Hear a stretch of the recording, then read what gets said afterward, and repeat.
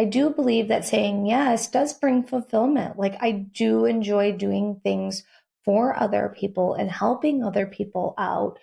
But I also know that I can't pour from an empty cup, and neither can you. It's impossible. So you have to reset. You have to rejuvenate. You have to fill your cup back up.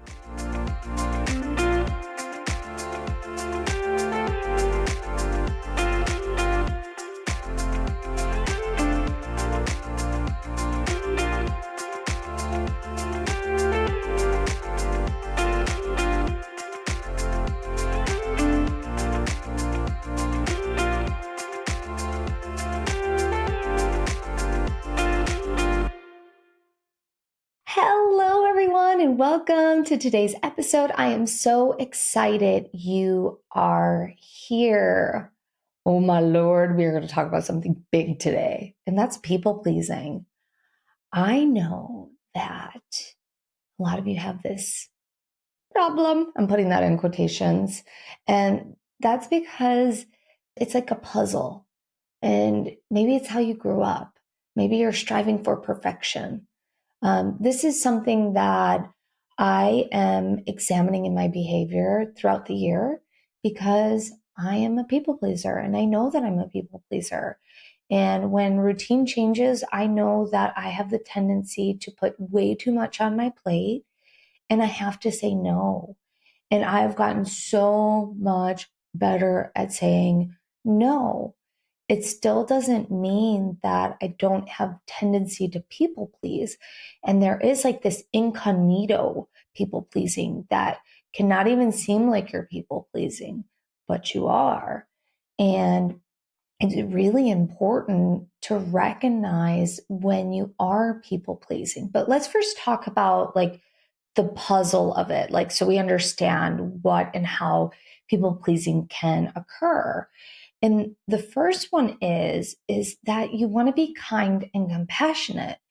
Just because you want to be kind and compassionate does not mean that it serves your highest good or serves the other person or the other party's highest good because you say yes. Because sometimes you saying no actually puts them in the driver's seat of taking responsibility for their own life and their own actions.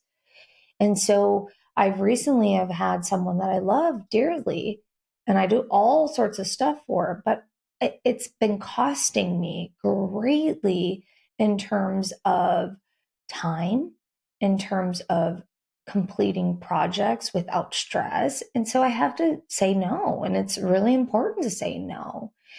The other piece is you've been conditioned to people please.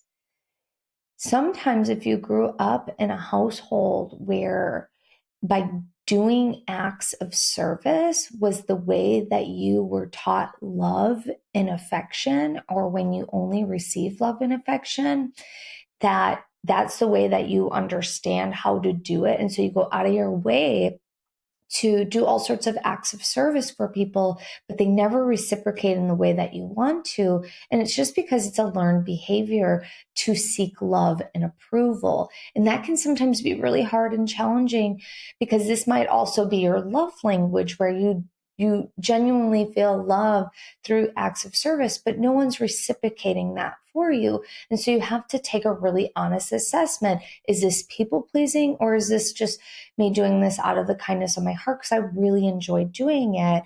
And I know that this person loves it and they're going to reciprocate at some time. And again, it doesn't have to be 50-50 in terms of reciprocation, but if you're always the one doing, giving, it's going to be very off balance and you're going to get out of balance. And then that causes dis-ease within the body and dis-ease within the mind and dis-ease within the soul. And it can be so challenging for that. And this is somewhat on the same lines of seeking perfectionism. So for me, I grew up in a household where my stepdad was extremely OCD and everything had to be done in a particular way. And if it wasn't done in a particular way, you had to restart all over and make sure it was perfect. And it was his way of controlling what he could control based on his mental health disorder, because he was an alcoholic. Also, he had a lot of childhood trauma. And so that was what he was taught. And then that was what he was teaching us, that we had to strive for perfection. And guess what? Nothing is perfect. It's perfectly imperfect. And that's where it's at. And we don't have to try to be perfect.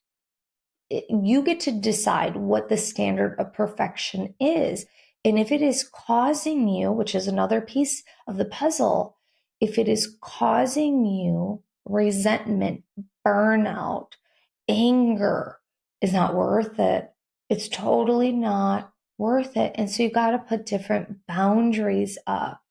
And that piece, which is the true cost of people pleasing, is that energetic burnout, the physical burnout as well. And then resentment. Resentment goes strong and deep, because when it starts to fester and you don't start to look at it, it will manifest itself in your mind, body, soul in all sorts of different ways and wreak havoc in your life if you don't address it, because you are living out of alignment. You're doing too much for others and you're not doing enough for yourself. And enough for yourself is simply saying no sometimes. Enough for yourself is resting. And I know that sometimes people, because I hear this a lot, that sometimes people think that if I rest, I'm being lazy. Oh, and totally you are not. Like you are not, especially if you have a neurodivergent brain and this is like ADHD where you're just on the go, go, go, go, go. And if you are like numbing out because you've gone too much, that is a direct result from doing too much. And so we want to find a good, healthy balance between doing, resting, saying no, and saying yes. Because I do believe that saying yes does bring fulfillment. Like I do enjoy doing things for other people and helping other people out. But I also know that I can't pour from an empty cup, and neither can you. It's impossible. So you have to reset. You have to rejuvenate.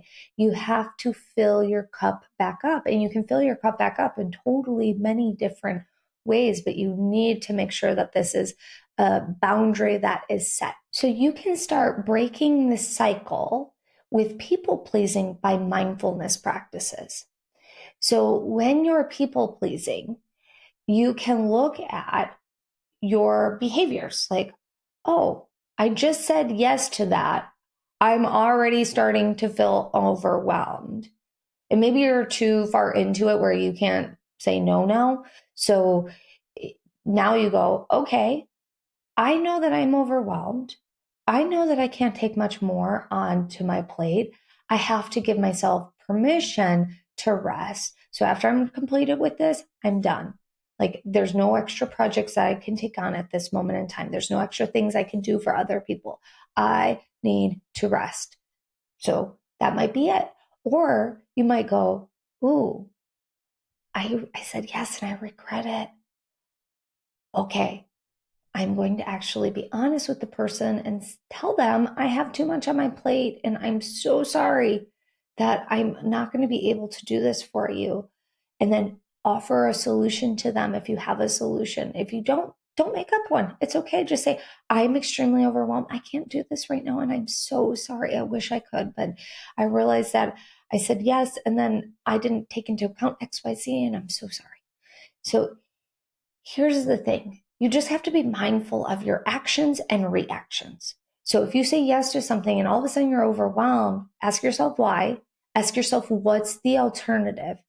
So the alternative will be to say no. The alternative might be to complete it. The alternative might be to get support. There's many different alternatives. And so practicing mindfulness in your decisions and how you're reacting and your choices that you are making are very, very helpful with people pleasing, which for me, I know that I will now say, instead of like, if I know that I want to help someone, instead of saying, yeah, I'll do that this day, I'll just say, I'll have to get back to you.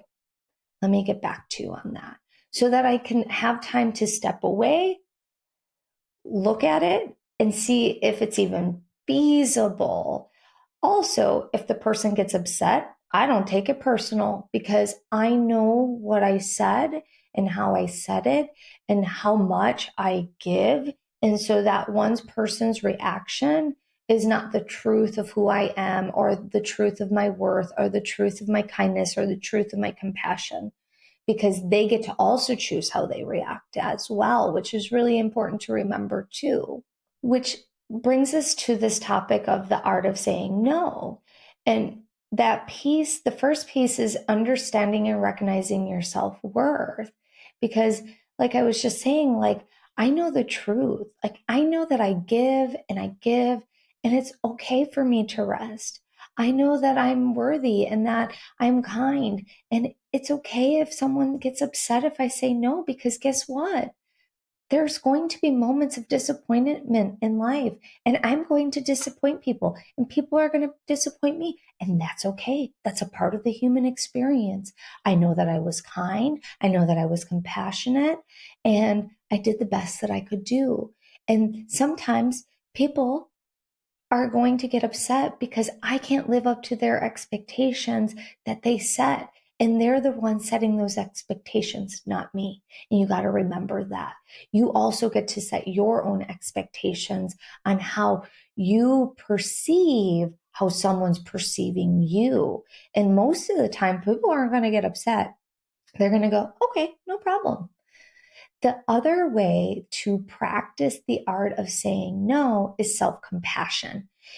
By having self compassion, reminding yourself you're kind, reminding yourself that you do a lot and that you give a lot, and that it's okay if someone gets upset with you. It's okay if you are facing the repercussions of your people pleasing by saying yes to things. And what I mean by that is when you recognize you've said yes to too much and you are feeling overwhelmed, you can make peace with that decision and go, you know what? I'm going to do something different next time. I'm going to give myself compassion in this moment.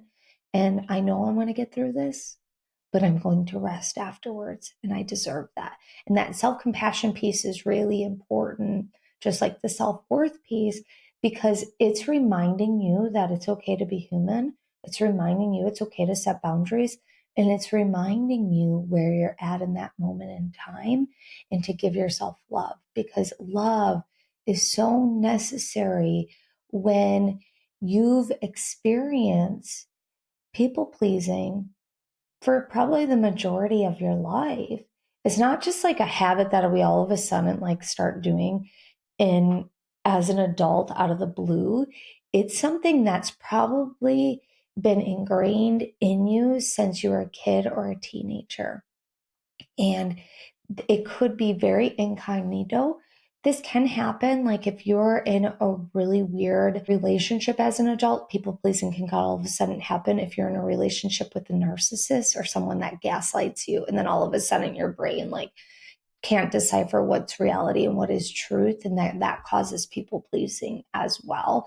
But the majority of people, it's going to be happen in childhood because we want to please and we are seeking love, and then that is just a personality trait that we can fix. I totally like my people pleasing now is completely different than it was 10 years ago. 10 years ago, it would have like it was off the chart. Like I would have said yes to everything. I would have been overwhelmed. I would have been doing all these things, where now if I people please, it's not to the same degree, but I know it's there and it's a habit. And so when I catch myself in it, I have to give myself compassion. I have to recognize my self-worth. I have to recognize where I'm vibrating at and what is important for that as well. So there's two things I want to leave you with. And that is, it's okay to say no. And it's okay to set boundaries.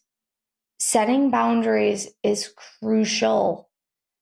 If you are having someone that's constantly taking advantage of you and they're not reciprocating in the relationship, because here's the thing, a relationship should be balanced. It's not going to be balanced where it's like, it's always 50-50 every day. It's not like that. Where some days, weeks, or months, a relationship can be 70-30. And then all of a sudden the pendulum will swing the other way. And it will be 70-30 on your end or 40-60. And it will navigate this day to day, week to week, month to month. I wouldn't want it to be year to year, but that can also happen because someone in your life could be going through a really challenging time where maybe they lost some loved ones, maybe they lost a job, but they just had like these crazy things that just keep happening to them. So this person had a really challenging year of grief. And so you understand that. But what's not okay is if in the majority of the relationship, it's never balanced. That's where you know that there's boundaries that have to be put up. And even if the relationship's balanced, boundaries are necessary because they allow people to recognize what you're okay with and what you're not okay with. And it's same vice versa. Like you recognize what that person's okay with and they're not okay with. And you get to do you get to do your life the way that you want to do your life. And so it's okay to set up boundaries. If you would like to go deeper into boundaries, I have an episode. I will put it in the show notes and in the description on boundaries. You can also check out my website, theamyrobinson.com/podcast, and you can type in the search box boundaries and find that episode there as well. All right, my friend, you deserve to recognize your self-worth. You deserve to say no, especially when your heart is telling you to say no. You also have the ability and capability of learning how to say no and set boundaries. You also get to set boundaries. All right. I hope you enjoyed today's episode. Please make sure you like and subscribe. Share this with a friend that you think would benefit from this episode. I love you all. Take care. Bye.